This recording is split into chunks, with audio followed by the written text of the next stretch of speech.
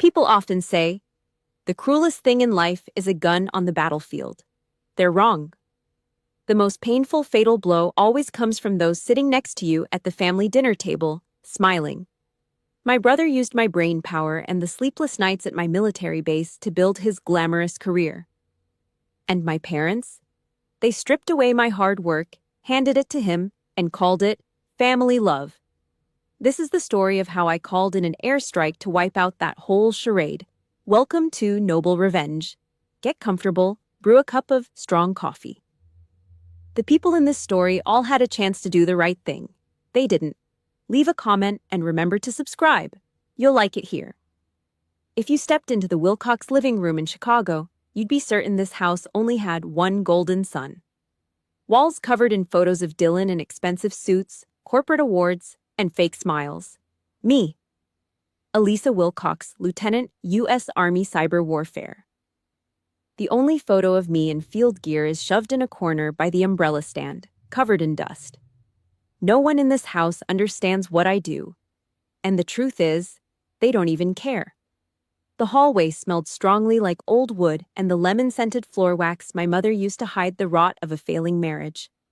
I let my hand brush a dusty frame near the umbrella stand. Me at 23, sweat-stained and gritty, boots caked in red clay during a training op in Georgia. To Richard and Diane, it was a shameful souvenir of a career they couldn't brag about at the club. I pulled my shoulders back, the habit of the uniform even in civilian clothes, and stepped into the dining room. The transition hit like a physical punch. Behind me was the dust and silence of the hallway.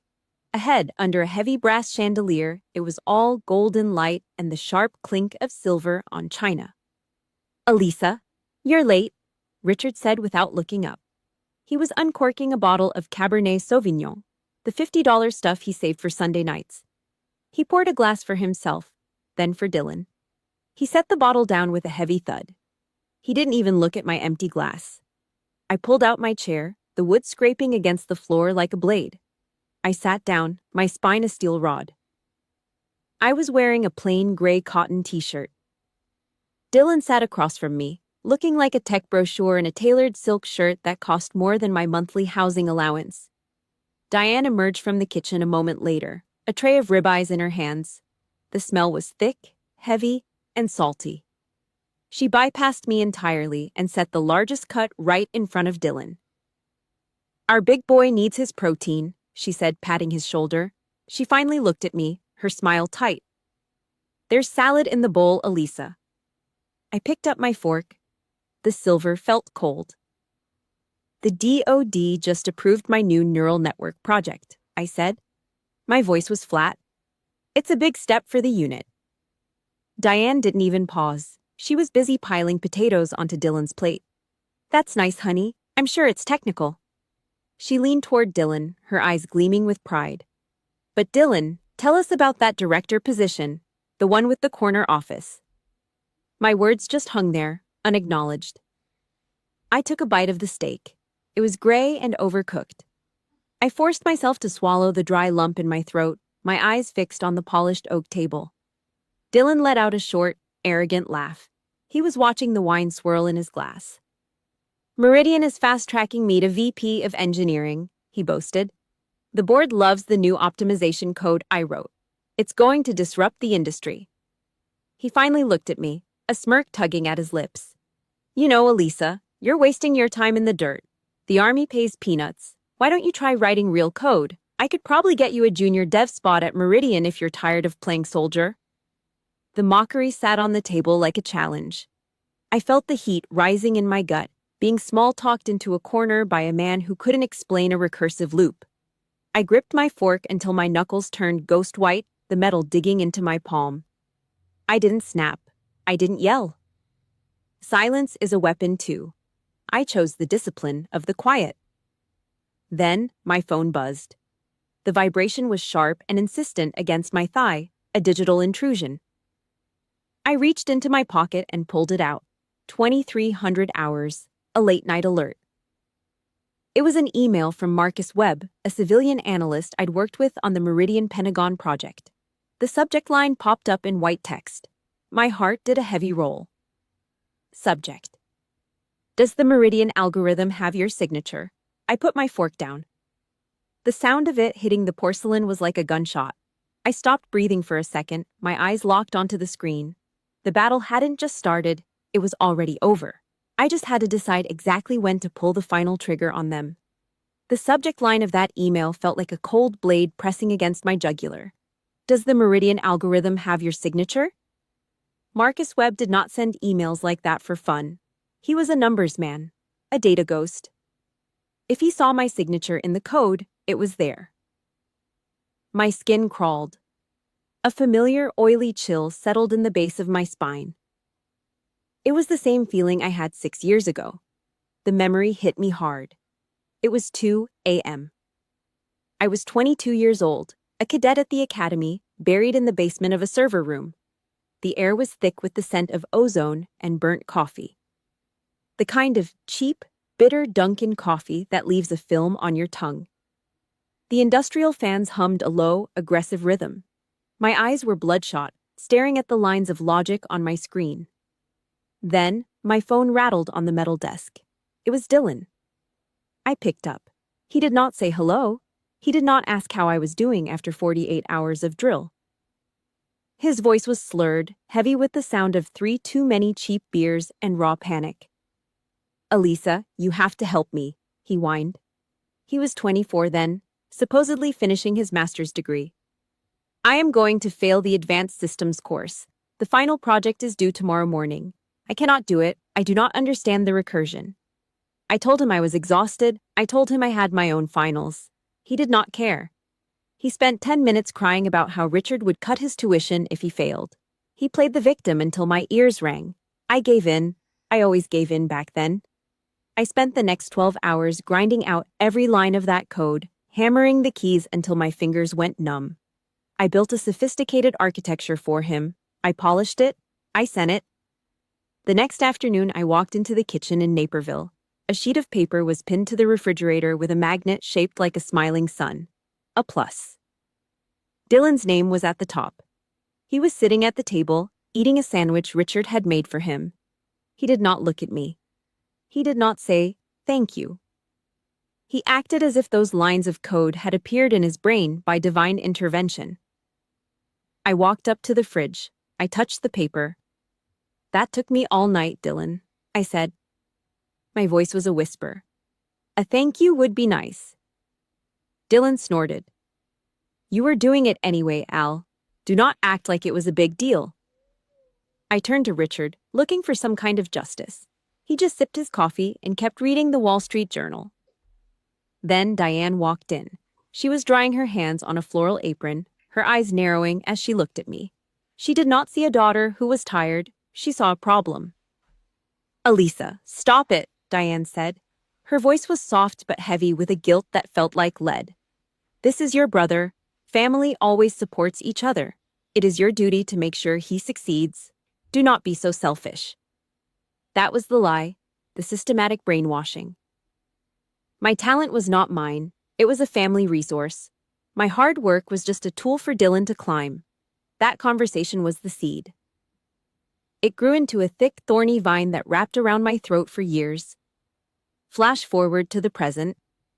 I am standing in my childhood bedroom. The walls are a pale, clinical blue. I locked the door. The click of the deadbolt felt final. The dinner downstairs was a charade, but the threat in my pocket was real. I thought about why the code was on his servers. I thought about the family cloud. 2 years ago, when I was being moved between bases, my military-issued laptop had a motherboard failure in the middle of a desert heatwave. I was desperate. I had to save my draft for the Meridian Pentagon neural network. I did not have a secure external drive on me. Richard had set up a shared family drive years ago. He called it the Vault. He told us it was for photos and tax documents. I uploaded my encrypted draft there for 48 hours, just long enough to get to my new station. I thought it was a temporary bridge. I did not realize I had left the door wide open for a parasite. The realization made my stomach turn. Dylan had been lurking. He had been watching my folders like a hawk. He did not just take one file. He took the soul of my work. I sat on the edge of the bed. The mattress creaked. I pulled my ruggedized military laptop out of my backpack. It was heavy, scarred, and built for war. I opened the lid. The blue light hit my face, reflecting in my eyes. My heart was hammering against my ribs like a trapped bird. I navigated to the cloud logs. My fingers hovered over the keys. This was the moment. Once I looked at the access history, there would be no going back to the girl who stayed silent at dinner.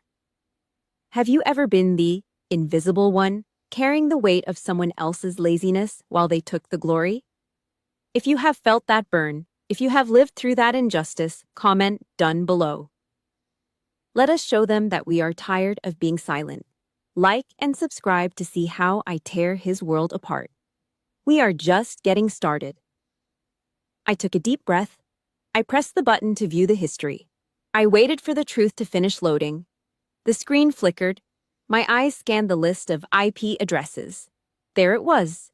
47 separate downloads. All from a residential address in Chicago, Dylan's apartment. I stared at the screen until the text blurred. The betrayal was total. It was not a mistake. It was a harvest.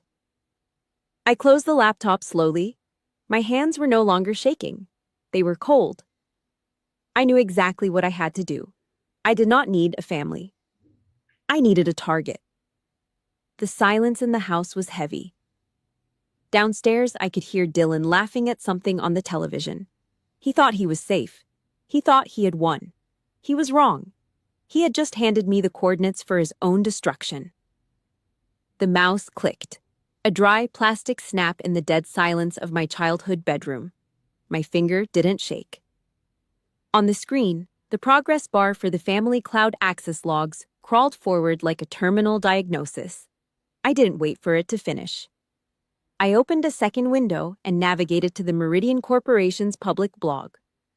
I wanted to see exactly how much of my life he had sold. There it was. A glossy, high-res headshot of Dylan Wilcox. He was wearing that same smirk from dinner, his hair perfectly coiffed, teeth bleached to a blinding corporate white. The headline above him screamed, "Propelling the Future, How Our New VP of Engineering is Disrupting Neural Adaptive Networks." I scrolled down. My breath hitched, not with sadness, but with the cold, calculated shock of a soldier identifying a breach. There were the diagrams, the architecture, the logic gates for the optimization subroutine. It was my work, line for line, logic for logic. He hadn't even had the technical skill to improve it. He had just gone in and clumsily renamed the variables. He took my adaptive weight underscore vector and called it smart gain. He took months of my sweat, my sleepless nights in fortified basements, and slapped a cheap corporate sticker over it. He was building his throne out of the bricks I had fired in the kiln of my own exhaustion. The cloud log finally refreshed. I felt the air leave the room. 47 entries. 47 separate times my brother had logged into a drive meant for tax returns and family photos to strip mine my professional folders. I didn't look away. I focused on the timestamps. They were a casualty list of my sacrifices. July 14th, 03:15 hours. I remembered that night with a clarity that burned. I was at the National Training Center at Fort Irwin, California. We were 48 hours into a simulated blackout. The Mojave Desert was a furnace, even at midnight. I was covered in a layer of fine, gray dust that tasted like copper and old pennies. My skin was raw under 30 pounds of body armor. I was huddled in the back of a Humvee, sharing a lukewarm canteen with my sergeant, miles away from a hot shower or a decent meal. I was out there protecting a digital infrastructure for a country that didn't know my name. And while I was swallowing sand, Dylan was sitting in his air-conditioned Chicago apartment, probably drinking a $10 craft beer and clicking "download all" on my life's work. He did it again in August while I was on a 20-mile ruck march in Georgia. He did it in September while I was pulling a double shift at the Cyber Ops Center because a teammate's kid was sick. Every time I was in the dirt, he was in my pockets. The blue light from the laptop screen hit the thin, white scar on my forehead, a jagged souvenir from a jagged Humvee door during a night op. I didn't cry. Tears are just a waste of hydration in a combat zone. I felt a hollow Arctic space open up inside my chest. It was the same feeling you get right before the first shot is fired in an ambush. Total, lethal clarity. I wasn't a sister anymore. I was a lieutenant, and Dylan Wilcox was no longer my brother. He was a hostile actor, a domestic threat. I opened my tactical software. My hands moved with a rhythmic, military precision. Screenshot, save, metadata verification. Source IP confirmation 192.168.1.15. His home router. I pulled a ruggedized encrypted USB drive from my kit bag. The metal casing was cold and scratched. It clicked into the port like a magazine locking into a rifle. I moved the files. I moved the logs. I moved every shred of evidence that proved Dylan Wilcox was nothing more than a common thief in a tailored suit. When the transfer bar hit 100%, I didn't hesitate. I shut the laptop. The lid slammed with a heavy final thud that echoed off the pale blue walls. I stood up, my spine a steel rod. Downstairs, the house was silent. Richard and Diane were asleep, dreaming of their golden son's bright future. They had no idea I had just turned their family cloud into a digital crime scene. 700 hours. The air at the base the next morning was sharp, smelling of diesel exhaust and scorched gravel. The sun was a pale, uncaring disk over the motor pool. I walked into the administrative building, my boots hitting the linoleum with a steady, aggressive tempo. I didn't stop for the morning briefing. I didn't stop for coffee. I walked straight to the office of Colonel Elaine Marsh. She was a woman built out of iron and institutional knowledge. She looked up from a stack of intel reports, her eyes sharp behind wire-rimmed glasses. I didn't wait for her to invite me in. I walked to her desk and dropped a thick manila folder onto the center of her blotter. The sound was heavy, the sound of a hammer falling. "Colonel," I said. My voice was level, unbreakable. "Lieutenant Wilcox, you're supposed to be on leave until Monday." "I need my deployment orders to the Pentagon confirmed, ma'am." "Immediately. I'm ready to move." She looked at the folder. She looked at me.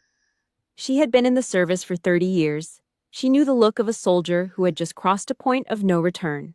She saw the ghost of the daughter leave my eyes, replaced by the officer who was done taking hits. "Is there a situation, Elisa?" "Just a security breach in my AO, ma'am. I'm handling the extraction now." She didn't ask for details. She just nodded once, a short, professional acknowledgement. She pulled the digital pad toward her and signed the authorization. "You're cleared. You leave for Washington in 72 hours. Pack light, Lieutenant." "Always do, ma'am." I walked out of that office and into the bright, unforgiving morning light of the base. I pulled my phone out. I scrolled to Dylan's name. My thumb hovered over the screen. I hit dial. He picked up on the third ring, his voice thick with sleep and the laziness of someone who had never worked for a thing in his life. "Al, it's early. What do you want?" "Dinner Sunday," I said. No emotion, just a mission brief. "I'll be there. Mom said you had news to celebrate. I want to be there to see it." "Yeah, VP spot. It's huge. You finally coming around to congratulate me?" "Something like that," I said. My eyes were fixed on the horizon, where the storm was already gathering. "See you at 6, Dylan. Don't be late." I hung up. I looked at the black screen of the phone. The coordinates were locked. The payload was ready. All I had to do was wait for the Sunday dinner to serve as the ground zero for his destruction. I walked out of Colonel Marsh's office with a single sheet of paper that felt heavier than my combat gear. Deployment orders, destination, Washington, D.C. The ink was still fresh, but the path ahead was already paved in ice. I didn't tell a soul. For the next 3 months, I became a ghost. I practiced the ultimate military discipline, the art of the tactical retreat. I retreated into silence. I retreated into the shadows of my own life, watching the Wilcox family from the periphery like an observer at a long-distance target range. Living in a cramped $900 studio near the base felt like penance. The linoleum floor was cracked, and the radiator hissed like a dying animal every time the Chicago wind rattled the window frames. Dinner was usually a bowl of canned chicken noodle soup eaten over a laptop. It was a stark contrast to the life my brother was buying with my blood. Every Sunday, I drove back to the suburbs. I sat at that mahogany table and watched the display of stolen wealth. Dylan had a new car, a sleek black German sedan that roared with a cocky, overcompensated engine. He was wearing suits that cost more than my car, tailored to hide the fact that he was soft. "Meridian is treating you right, son," Richard said during a dinner in mid-May, his voice thick with a pride he never spared for me. He patted Dylan's shoulder, a heavy masculine endorsement. Dylan beamed. He reached into his pocket and pulled out a small velvet box. He flipped it open to reveal a diamond ring that caught the light of the chandelier. "For Brooke," Dylan announced, his smirk wide and hollow. "Nothing but the best for my future wife. The bonus for the neural network project just cleared." I chewed my overcooked green beans slowly. I felt the dry texture in my throat. I didn't let a single muscle in my face twitch. I didn't look at the ring. I looked at the way Dylan's hands fumbled with the box, clumsy hands that had never built a single line of logic. I sipped my water, the cold liquid a sharp reminder of the clarity I was maintaining. I was a professional. I was a hunter. And a hunter doesn't fire until the target is perfectly aligned in the crosshairs. The alignment happened on a Tuesday night, 2 weeks later. It was nearly midnight. I was sitting on my floor, cleaning my service pistol out of habit, the smell of gun oil and cold air filling the small room. My phone buzzed on the floorboards. Dylan. I didn't pick up immediately. I let it ring. I finished wiping the slide, then I tapped the screen. I hit the speakerphone, and more importantly, I hit the red record button on my secondary device. "Al, you awake?" His voice was breathless, panicked. I could hear the rustle of papers and the frantic clicking of a mouse in the background. "I'm dying here, Al. I've got the board of directors presentation tomorrow morning." "Is there a problem, Dylan?" I asked. My voice was the flat monotone of a drone operator. "The damping mechanism," he hissed, his voice cracking. "The engineers at Meridian are asking questions. They want to know why the feedback loop is suppressed at the 10th layer." I looked at the code, but it's dense, you know. I can't explain the math. If I look like an idiot tomorrow, the vice president spot is gone. I leaned back against the wall, a cold, jagged smile touching my lips. He was calling the author to teach him how to use the weapon he'd stolen. "It's just a standard recursive suppression, Dylan," I said. I spoke slowly, my tone dripping with the forced patience one uses for a slow-witted child. "The 10th layer is where the data noise peaks. If you don't damp it there, the whole network cascades. It's basic architecture." Right, suppression noise," he muttered. I heard him typing furiously. "God, you're a lifesaver, Al. Seriously, you're such a good sister. I don't know why Mom says you're being difficult lately. You're the best." He spent the next 20 minutes begging for more. He needed the logic for the error correction protocols. He needed the justification for the memory allocation. I gave it to him. I fed him every detail, lead piping the information into his desperate, grasping hands. I didn't question him. I didn't mock him. I just kept the recording running. "I owe you one, Al," he said, his voice finally relaxing. He sounded smug again. The panic was gone, replaced by the unearned confidence of a man who thought he'd gotten away with it. "When I'm vice president, I'll buy you a real dinner, none of that army mess hall crap." "I'm sure you will," I said. I hung up. The silence that followed was heavy and absolute. I picked up the recording device.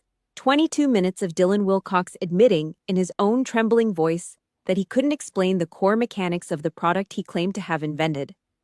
I plugged the device into my laptop. I saved the file. I didn't use a clever name. I named it like a forensic analyst. Evidence 04, subject unable to explain core source code. Duration 22 minutes. I watched the file upload to my encrypted server. It felt like watching a hammer being cocked back. Dylan had no idea he had just tied the noose around his own neck and handed me the rope. My phone buzzed again. This time, it was a text from Diane. "Sunday dinner at 6 o'clock. Your father and I need to discuss your recent attitude. Be there." I looked at the message, then back at the Evidence 04 file. The 3 months of waiting were over. The deployment to DC was only days away, and my crates were already packed. This wouldn't be a normal Sunday dinner. It was going to be a tribunal. I didn't reply to the text. I just closed the laptop. The red light of the recording app stayed burned into my retina for a few seconds in the dark. The trap was set. The bait was taken. Now all that was left was to let the Wilcox family play out their little drama until I decided to end it for good. The sound of clear packing tape shrieking against a cardboard box is the loneliest sound in the world. It is a sharp, jagged noise that cuts through the silence of a life being erased. Rip, shriek, press. I did it 11 times. 11 heavy-duty boxes for 11 years of a life that had been nothing but a long, slow crawl through the mud. By mid-June, my studio apartment on the gritty edge of the base was a hollow shell. The walls were bare, leaving behind pale rectangles where my military commendations and a single map of the Chicago suburbs used to hang.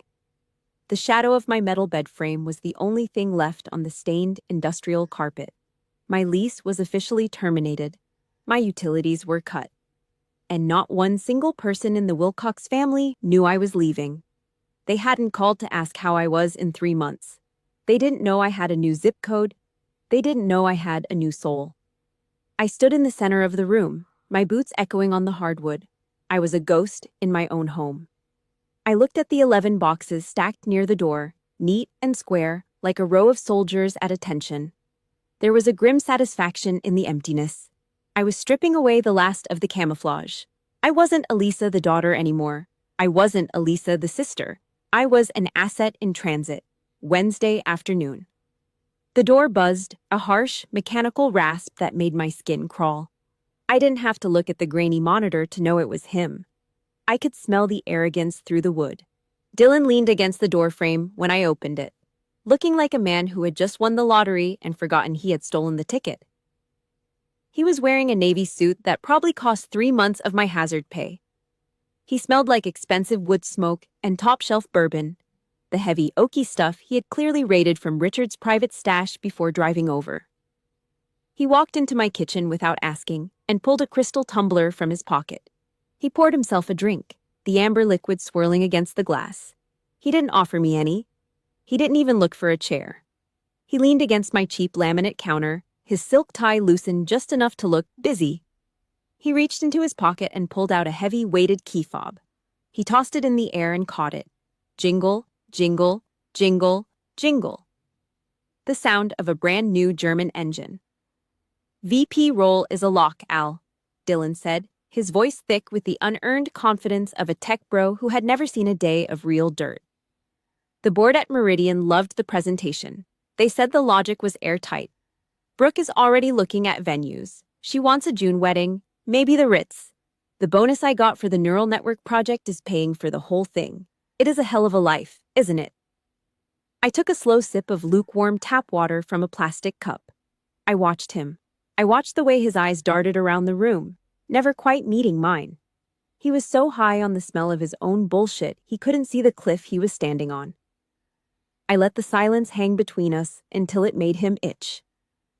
I watched a drop of condensation roll down his glass. The recursive layer in that code, I said, my voice as flat as a dial tone. That was the hardest part. It took me 8 months to get that logic to hold. You remember how much of a grind that was, Dylan? Dylan didn't even blink. He took a long, greedy pull of his bourbon, his eyes shining with a sickening triumph. He let out a short, bark-like laugh. 8 months? Tell me about it, Al. I was pulling 60-hour weeks on that specific block. I practically lived in the IDE. I know every single semicolon of that layer like the back of my hand. It was a nightmare, but I made it work. I stared at him, really looked at him. He didn't know I had spent 14 months on that specific block of code. He didn't know that by agreeing to my 8-month lie, he had just signed his own death warrant in front of a digital mirror. He was a parasite who had forgotten he didn't have a heartbeat of his own. He was a thief who had started to believe his own propaganda. Good for you, Dylan, I said. My heart was a cold stone. You really earned it. He finished his drink and set the glass on the counter with a heavy thud. He didn't wash it. He just wiped his mouth with the back of his hand and walked toward the door, his new shoes clicking like a countdown. See you Sunday, Al, Mom says you have been acting weird. Don't ruin the celebration, okay? It is a big night for the family. Friday afternoon arrived like a gut punch. 4 p.m. The sky over Chicago was the color of a bruised lung, heavy with the promise of a summer storm. My phone rattled on the empty counter, the vibration sounding like a snake in the dry grass. Diane. I picked up. Her voice was ice. No, hello? No, how are you? Just a sharp, jagged command that tasted like copper. You will be home for dinner at 6, Elisa, Diane said. Your father and I have had enough of this distance. This attitude of yours. It is disrespectful to your brother's success. We are going to sit down and settle this tonight, properly. Do not be late. She hung up before I could breathe. A family court had been summoned. I looked at the black screen of the phone, then at the 11 boxes by the door. The truck was already waiting 2 blocks away. I reached into the last open crate and pulled out my OCP field jacket. The fabric was stiff, smelling of starch and old gunpowder. The Velcro on the rank insignia scratched against my palm, a dry, aggressive sound. I put it on. I zipped it up to the throat. I didn't need a lawyer. I didn't need an apology. I was a soldier going into a breach. I walked to the door and didn't look back at the empty room. The execution was scheduled for 6 o'clock. I parked the U-Haul truck 2 blocks away, tucked behind a row of overgrown maples where the streetlights couldn't reach. The engine died with a heavy metallic shudder. 11 boxes. My entire life was sitting in the dark, 500 feet from a family that didn't even know I was leaving. I sat there for a minute, my hands still gripping the steering wheel. The cabin smelled like old vinyl and cold air. I reached into the breast pocket of my OCP jacket and felt the hard, rectangular edge of the encrypted USB drive. It was my only ally in a house full of enemies. I took a deep breath, checked the time, 1800 hours, and stepped out into the humid Chicago night. The Wilcox house stood like a fortress of Midwestern respectability. Perfectly manicured lawn. Warm, inviting lights in the windows. A complete lie. I walked through the front door, and the air changed instantly. It was thick with the scent of slow-cooked pot roast and expensive red wine. Richard was already at the head of the mahogany table, his hands clasped together like a judge presiding over a sentencing. Dylan sat to his right, wearing a fresh white shirt, looking down at his plate with the practiced, pathetic slump of a victim. Brooke sat next to him, her eyes fixed on the gold-rimmed china. She looked like she wanted to be anywhere else on earth. I pulled out my chair. The wood groaned against the floor. I sat down, my spine a steel rod, and didn't touch my napkin. "You're on time," Richard said. His voice was a low rumble, the sound of a man used to being obeyed. He didn't look at me. He was busy pouring gravy over a pile of mashed potatoes. "That's a start. Sit, eat." Diane emerged from the kitchen, wiping her hands on a linen towel.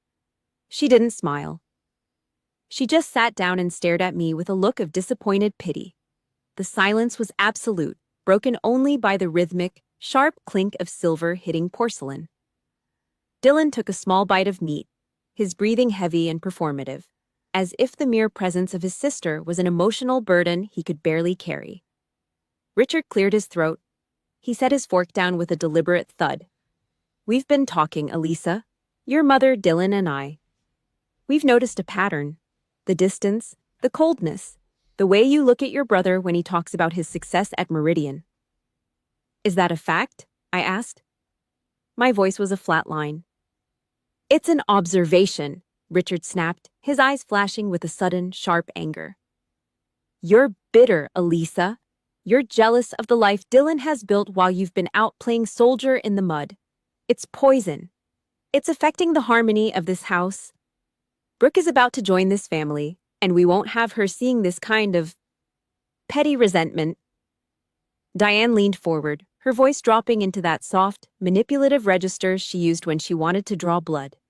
"Elisa, honey, we just want you to take accountability. Dylan is a good man. He's been nothing but kind to you. You need to apologize to him, right here, right now, for the attitude, for the disrespect." I looked at Dylan. He finally looked up, his eyes moist with fake hurt. "I just want us to be a family again, Al," he whispered. The audacity of it made the bile rise in my throat. He was wearing the shirt bought with my bonus, sitting in a house paid for by the father who was now helping him bury the truth. "Apologize for what, exactly?" I asked. I felt the cold weight of the USB against my chest. Richard slammed his palm onto the table. The wine glasses rattled. Brooke flinched. "Enough of the games. You apologize because I said so. I've supported you, Elisa. I've paid the gap in your rent for that studio apartment for 2 years.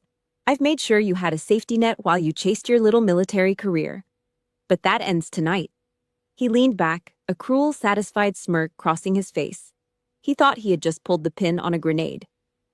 "Until you show some humility, until you fix your head and treat your brother with the respect he deserves, the checks stop. Every cent. You're on your own, Elisa. Let's see how that army-strong attitude works when you're out on the street." He thought he was holding my leash. He thought that a few $100s a month was the price of my soul. He didn't know about the 11 boxes. He didn't know about the Pentagon. He didn't know that I had already cut the cord hours ago. The room went cold. Dylan's smirk grew wider, a jagged expression of triumph. He thought he had won. He thought he had successfully weaponized our father to silence the only person who knew he was a fraud. Have you ever sat across from someone who thought they owned you just because they signed the checks? If you have felt the weight of that financial chain, if you have been told to stay silent for a price, comment Roger below. Let them know we cannot be bought. Like and subscribe to see the moment the chain finally snaps. I didn't blink. I didn't yell. I reached out and picked up my knife and fork. I didn't cut the meat. I simply placed them side by side, perfectly parallel, centered on the gold-rimmed plate. It was a precise military alignment, a signal of the end of the engagement. I looked Richard dead in the eye, my gaze as sharp as a razor blade. "Roger," I said. The word hung in the air, cold and final. Richard's smirk faltered. He expected a plea. He expected a tearful apology. He didn't understand that he had just handed me the final justification I needed to burn it all down. I pushed my chair back, the sound like a gunshot in the silent room. I stood up, zipped my jacket to the chin, and walked out without looking back. The trial was over. The execution was scheduled for the morning. Richard's smirk was wide, ugly, and satisfied. He looked at me as if I were a dog finally learning to sit on command. He thought he'd cinched the collar tight with that threat to cut my rent money. Across the table, Dylan was already cutting into his steak. His shoulders relaxed. The sound of his knife against the gold-rimmed porcelain was a dry, high-pitched rattle of tin. He thought the heavy lifting was done. He thought our father had just bought him a lifetime of silence. I stood up slowly. My chair didn't scrape this time. I lifted it with a single, controlled motion. I didn't need the drama of a screeching chair. My presence was enough of a noise. "Keep your money, Richard," I said. My voice was low, vibrating with a cold frequency that stopped Diane's fork mid-air. "In fact, save it. You're going to need it for the legal fees." The room went still.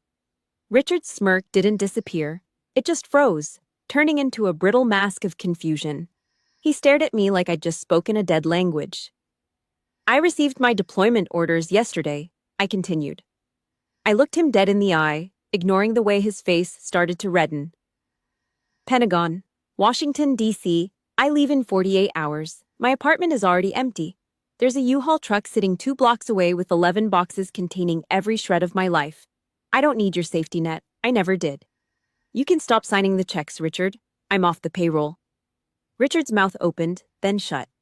He looked like a man who had just realized the floor beneath him was made of thin, rotting ice. Dylan's fork clattered against his plate, a tinny, desperate sound. "Al, let's go in the den," Dylan stammered. His face was turning a sickly shade of gray, the color of old dishwater. His eyes were red-rimmed and bloodshot. Let's talk privately. There's no need for this in front of Brooke." "No," I said. The word was a bullet.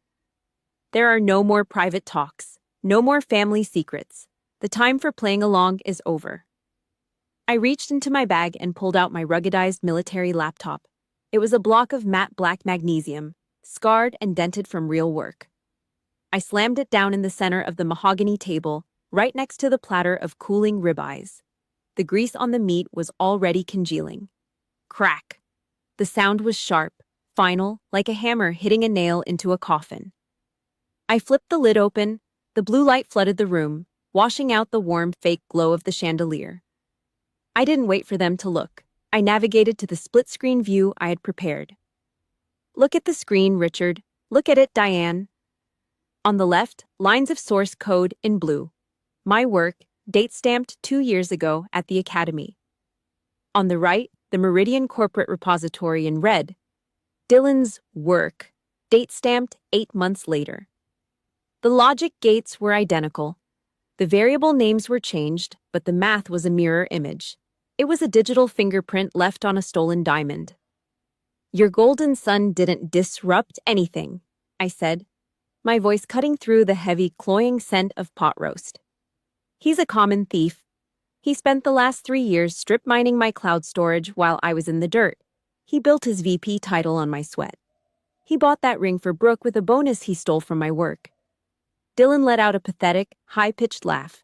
It sounded like a rat caught in a trap. Richard, she's lying. She's making this up. She's tech-savvy. She could have forged those timestamps. She's just jealous of the promotion. I didn't argue. I didn't yell. I just spun the laptop around until the screen was 3 inches from his twitching face. Then explain it, Dylan, I commanded. My voice was a steel blade. Explain the damping mechanism. Tell everyone at this table why the feedback loop suppresses at the 10th layer. Tell them why the weights shift to a non-linear vector at the threshold. Explain your own code. Right now. The silence that followed was suffocating. Dylan's throat moved as he tried to swallow, but he was bone dry. His eyes darted to Richard, looking for a lifeline, then to Diane. They both stared at him, waiting. The silence stretched until I could hear the hum of the refrigerator in the kitchen. Dylan opened his mouth, but nothing came out but a wet, rattling breath. He didn't know. He couldn't even fake the vocabulary. He was a hollow suit sitting in a room full of people who had just seen the ghost inside. He called me 3 weeks ago, I said, looking at Brooke. She was staring at Dylan with a look of pure, unadulterated disgust. He called me in a panic because he couldn't explain this exact block to the Meridian board. I have the 22-minute recording of him begging for help on this drive. I taught him how to use the weapon he stole just so I could catch him holding it. Brooke stood up. She didn't say a word to Richard or Diane. She didn't even look at the diamond on her finger. She grabbed her leather clutch, shoved her chair back with a violence that made it tip over with a heavy thud, and walked out. The front door slammed so hard the portraits in the hallway rattled. Dylan slumped in his chair, his head hanging low. He looked like a balloon that had finally popped. Richard sat there, his face ashen, a single vein pulsing in his temple. For the first time in 28 years, the great Richard Wilcox was speechless. He looked at the screen, then at the son he had championed, and saw the void. Diane reached out, her hand trembling as she touched the edge of the laptop. Her family-first mantra had finally hit the wall of reality. She looked at Dylan, then at me, but I didn't give her the satisfaction of an emotional connection. I was done being the bridge for their lies. I stood there for a beat, letting the wreckage and the silence sink in. I didn't feel happy, I just felt clean. The air in the room was finally clear of the oily smell of deception. I snapped the laptop shut and tucked it away. The click was the final word. I didn't look at Dylan. I didn't look at the parents who tried to buy my dignity for the price of a month's rent. I zipped my stiff field jacket to the chin, the sound of the teeth locking together loud in the silent room. Enjoy the dinner, I said. I'm going to DC. I walked out the door and didn't look back. I could hear the heavy, frantic sound of Dylan trying to explain himself to Richard, but the wind was already picking up outside. The U-Haul was waiting down the street. My life was packed. Behind me, the house was a crime scene of their own making. Ahead of me, the road was dark, open, and finally, completely mine. The highway was a black ribbon of wet asphalt cutting through the pre-dawn fog. I-90 West. 05:30 hours. The U-Haul hummed beneath me, a low mechanical vibration that traveled up through the soles of my boots and settled in my marrow. The air inside the cabin was thin, smelling of stale coffee and the cold metallic scent of the heavy-duty heater. I kept my left hand on the steering wheel, my grip loose but disciplined. My right thumb hovered over the glowing screen of my phone, mounted to the dash. One file. 46 pages of digital wreckage. Meridian_security_breach_Wilcox.pd1elf. I didn't hesitate. I didn't pray. I just tapped the send button. The progress bar flickered, a tiny blue line of execution, and then sent. I watched the road. The orange glow of the highway lights strobed across my face, regular as a heartbeat. 2 emails were now sitting in the inboxes of the Meridian Compliance Board and the University Academic Integrity Committee. I had just pulled the pin on a grenade and driven away into the sunrise. I wasn't looking for a thank you. I was looking for a total wipeout. July hit Chicago like a sledgehammer. The humidity was thick enough to choke on, but for Dylan Wilcox, the world went ice cold. It started on a Tuesday, mid-morning. Dylan was in his corner office at Meridian, probably staring out the glass walls at the skyline, imagining himself as the king of the world. He didn't see the 2 men in dark suits until they were standing in his doorway. They weren't there to talk about the quarterly earnings. They were from corporate security. The internal investigation had been short and surgical. My evidence didn't leave room for debate. The security logs from the family cloud matched the code commits in the Meridian repository down to the millisecond. Dylan didn't get to explain. He didn't get to call Richard. He was given 10 minutes to put his personal items into a cardboard box, a cheap, flimsy thing that looked pathetic in his manicured hands. He was escorted out of the building by 2 guards who didn't even look him in the eye. His badge was snapped in half. His corporate credit card was flagged. The golden boy was walked past the cubicles of the people he had looked down on, a thief in an expensive suit, followed by the silent judgment of the entire floor. Then came the letter. A formal notice of a clawback lawsuit. Meridian wanted their money back. All of it. The $180,000 performance bonus he had used to buy Brooke's ring and the German sedan. The lawyers were coming for his bank accounts with the same hunger he had shown for my work. August was worse. The university didn't care about family support or supporting each other. They cared about their reputation. The registrar's office sent a certified letter to the house in Naperville. I wasn't there to see Richard's face when he opened it, but I could imagine the color of his skin. Gray, like ash. The Master of Science degree Dylan had bragged about for 6 years was revoked, nullified, voided. On paper, the high-flying vice president was now nothing more than a high school graduate with a history of academic fraud. Every tech firm in the country had his name on a blacklist before the week was out. He was a ghost in the industry, a fraud who had run out of people to rob. But the real casualty report was waiting in Richard's living room. Dylan had been living a lie he couldn't afford. To buy that house in the suburbs and the car, he'd needed a cosigner. He'd needed a safety net. Richard, ever the proud father, had put his name on a $350,000 mortgage and a car loan, convinced that his son was a genius who would never fail. He had signed his name with a gold pen, thinking he was building a legacy. He was actually signing a death warrant for his own retirement. With Dylan unemployed and facing a $100,000 lawsuit, the bank didn't wait. The letters started arriving in thick, white envelopes. Foreclosure warnings, default notices. Because Dylan was a high-risk actor, the bank didn't play nice. They looked at the cosigner. They looked at Richard Wilcox. Richard's 401k, the money he had spent 30 years accumulating through corporate grinds and calculated risks, was suddenly in the crosshairs. The bank didn't care about his pride. They didn't care about Sunday dinners or the gold-rimmed china. They wanted the $350,000 he had guaranteed for a son who was now a pariah. The financial sentence I had received at the dinner table had flipped. It had traveled back up the line, following the money until it found the source. By the end of the month, the house Dylan lived in was gone. The car was repossessed, towed away in the middle of the night with the alarm screaming. Richard was forced to sell his own assets just to keep the bank from seizing the family home. The monument to the Wilcox name was being torn down brick by brick, crushed under the weight of the lies they had nurtured. I was sitting in my new office at the Pentagon when the news finally reached its peak. The air was cool, smelling of fresh paint and industrial ozone. My desk was clean. No clutter, no lies. I was dressed in a crisp uniform, my rank insignia bright under the fluorescent lights. My name was at the top of the latest National Cybersecurity Journal. The real author. The only author. My phone buzzed on the metal desk. The vibration was a short, aggressive rattle. I didn't have to look to know who it was. The caller ID flashed a name I hadn't seen in months. Dad. I stared at the phone. It kept vibrating, sliding an inch across the gray surface of the desk. Richard Wilcox was calling. He wasn't calling to congratulate me.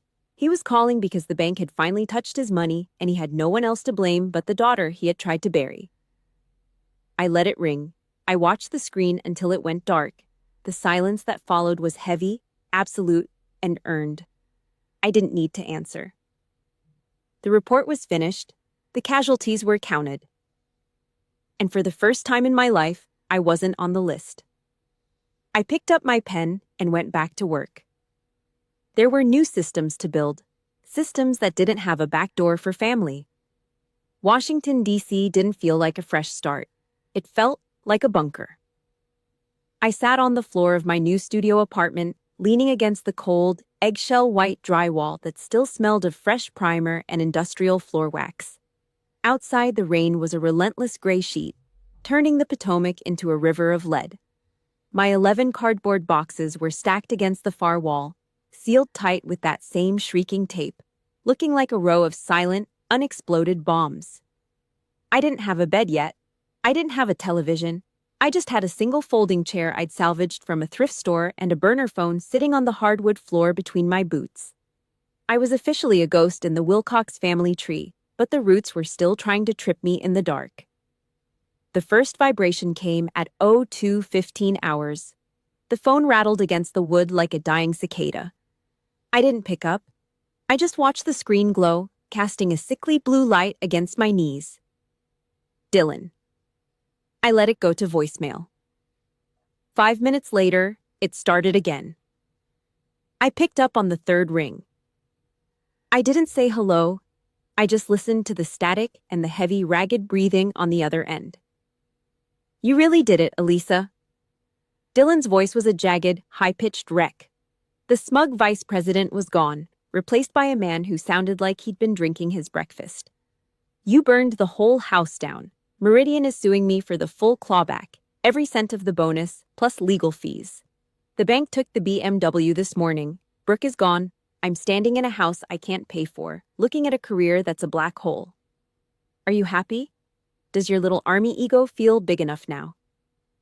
I took a slow sip of lukewarm water from a plastic bottle. The plastic crinkled in the silence. I didn't burn anything, Dylan. I just pointed out that you were standing in a bonfire you built yourself. I told you 3 months ago. Stop stealing my breath. You didn't listen. Help me. He suddenly shifted, his voice breaking into a pathetic, wet sob that made my skin crawl. Call them, Al. Tell the board it was a collaborative project. Tell them you gave me the keys to the drive. I'm your brother. We're blood. You can't just watch me rot on the street. I'll pay you back. I'll give you half of whatever I have left. Please. You couldn't explain the damping mechanism, Dylan. You sat at that table, and you couldn't even name the variables you stole. You aren't sorry you robbed me. You're just sorry you're too lazy to cover your tracks. Don't call this number again. I hung up. The silence that followed was heavy and absolute. I stared at the boxes. I felt a cold, sharp clarity. The second wave hit an hour later. A FaceTime request from Diane. I hit the green button just to see the face of the woman who had spent 28 years telling me to be smaller so my brother could look bigger. Diane looked 20 years older. Her hair was a mess and her eyes were red-rimmed and puffy. She wasn't in her designer kitchen in Naperville. She was sitting in the back of Richard's car, the dark leather seats looking like a cage. "Elisa, please," she started, her voice thick with the kind of manipulative grief she'd used to keep me in line since I was a toddler. "Your father, he's a broken man. The bank froze the retirement accounts this morning. They're saying Richard is liable for the car loan and the mortgage Dylan defaulted on. They might take our house, Elisa, everything we worked 30 years for. How can you be so cold? How can you destroy your own parents over a few lines of computer code?" I leaned my head back against the wall and closed my eyes. "Mom, Richard signed those papers because he wanted to believe his son was a god. He gambled your retirement on a lie because it made him look good at the country club. I'm a lieutenant in the United States Army. I swore an oath to protect the truth, not to subsidize Richard Wilcox's ego. If he's losing the house, it's because he co-signed for a thief." "He's your father," she shrieked, the mask of the doting mother finally snapping. "He gave you everything." "He gave me a bill for my own silence, Mom, and I'm done paying it. Tell Richard to sell his vintage watch collection. Maybe that'll cover the interest for a month." I cut the feed before she could scream again. The final call came just as the sun started to bleed through the DC fog. No video, just a voice. It was Richard. He didn't sound like the judge of the dinner table anymore. He sounded like a man who had been hollowed out by a debt he couldn't bully his way out of. "Elisa," he said. The word was a dry, rattling ghost of a sound. "Richard, I wanted to say I'm sorry." I waited. I wanted to hear him say he was sorry for the years of being second best. I wanted him to say he was sorry for letting Dylan steal my work. "I'm sorry the bank is being so aggressive," he continued, his voice trembling with a terrifying weakness. "I didn't think the university would pull the degree. It's too much for one family to take. If you could just send a letter, tell them it was a misunderstanding. We can fix the finances. We can still be a family." I felt a cold, sharp laugh hit the back of my throat. "You aren't sorry for what you did to me, Richard. You're just sorry the invoice finally arrived. You taught Dylan how to be a predator, and you taught me to be the prey. You're only apologizing because the bank is at the door. Enjoy the silence. You earned it." I hung up for the last time. A single notification popped up on the screen. A text from a number I didn't recognize. "I moved my things out this morning. I didn't leave because of the code, Elisa. I left because I saw his face when you asked him to explain it. I saw the coward I was about to marry. You deserve better than that house. Good luck in DC. Brooke." I read it once. I didn't reply. I didn't save the number. I just highlighted the entire Wilcox contact list, Dylan, Diane, Richard, and hit the block button. One click. The hornet stopped buzzing. I stood up, walked to the stack of boxes, and pulled out my OCP field jacket. I folded it neatly, the stiff fabric resisting my hands. Tomorrow was Monday. Tomorrow I had a job to do at the Pentagon. I walked to the window and watched the rain stop. The Wilcox family was a ghost story now, and I was done being afraid of ghosts. The morning mist on the Potomac River was a cold, honest shroud. It clung to the surface of the water, thick and gray, before the first rays of the District of Columbia sun started to burn it away. I sat on a weather-beaten wooden bench, the kind that had seen 1,000 soldiers and 1,000,000 secrets. The wood was damp under my palms, smelling of river silt and old rain. I took a slow, deep pull of my coffee. It was black, hot, and cheap, bought from a street cart 3 blocks back. The steam hit my face, a sharp contrast to the biting air of an October dawn. For the first time in my 30 years on this earth, the silence didn't feel like a threat. It didn't feel like the quiet before a family explosion. It just felt like peace. 1 year.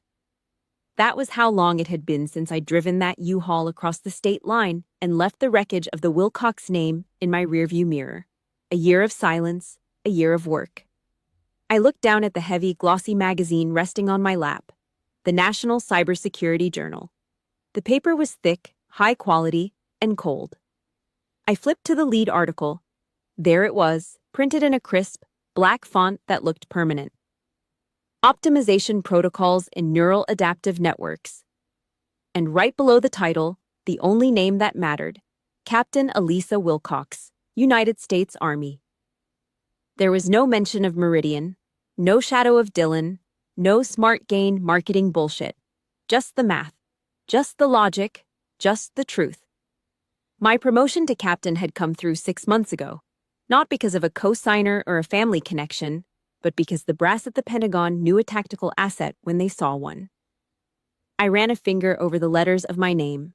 It didn't feel like a souvenir anymore. It felt like a badge of rank I'd earned in a war fought with code and silence. My phone buzzed in my pocket. A short, professional pulse. I pulled it out.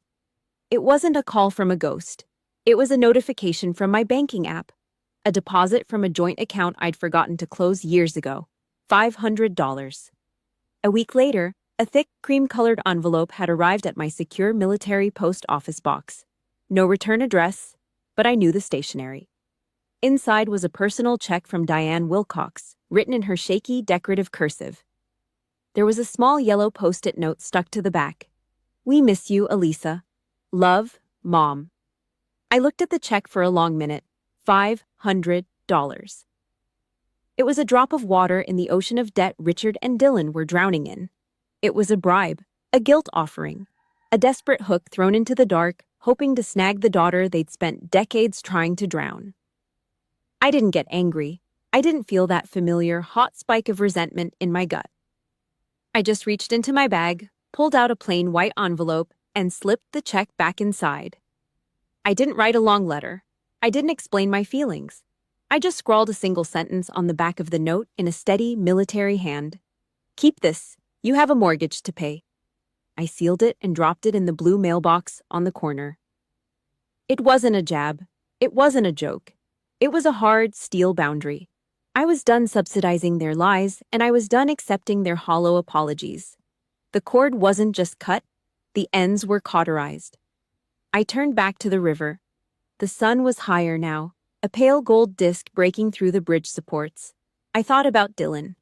I'd heard through the grapevine that he was working a low-level IT job at a suburban strip mall, living in a one-bedroom apartment that smelled of desperation and old takeout. Richard had sold the sedan. They were hanging onto the Naperville house by their fingernails, fighting a legal battle with Meridian that they were destined to lose. I realized then that I didn't hate them. Hate is a heavy pack, and I'd carried enough weight for one lifetime. To hate someone, you have to let them live in your head. You have to keep them fed. I had just stopped feeding them. I had pulled the foundation out from under the house they'd built on my back, and I'd let gravity do the rest. They weren't villains in my story anymore. They were just people who had made a bad bet on the wrong child. A group of soldiers from the nearby base jogged past my bench. The sound of their running shoes on the asphalt was a rhythmic, collective heartbeat. Crunch, crunch, crunch. One of them, a master sergeant with a face like a topographical map, caught my eye. He gave a sharp, professional nod. "Morning, Captain," he grunted. "Morning, Sergeant," I replied. My voice was steady, solid. I watched them disappear into the mist, their shadows blending into the trees. They were my family now. The kind of family that didn't care about your pedigree, only your performance. The kind that watched your six because it was the right thing to do, not because they wanted a piece of your bonus. I looked at the Potomac one last time. The water was a slate gray mirror, cold and honest. The mist was gone. I stood up, smoothed the front of my jacket, and tucked the journal under my arm. I felt the weight of the magnesium laptop in my backpack, the same one that had delivered the final blow at the dinner table. It felt light now. I started walking. My boots hit the pavement with a certain, independent tempo. I didn't look back at the bridge. I didn't look back at Chicago. I looked at the Pentagon rising up in the distance, a fortress of iron and stone. The campaign was over. The mission was a success. I wasn't the girl who stayed at the train station anymore. I was the woman who had walked away and built her own city. I took a breath of the sharp autumn air and kept moving. I had finally found the way home, and for the first time, I was the only one with the keys.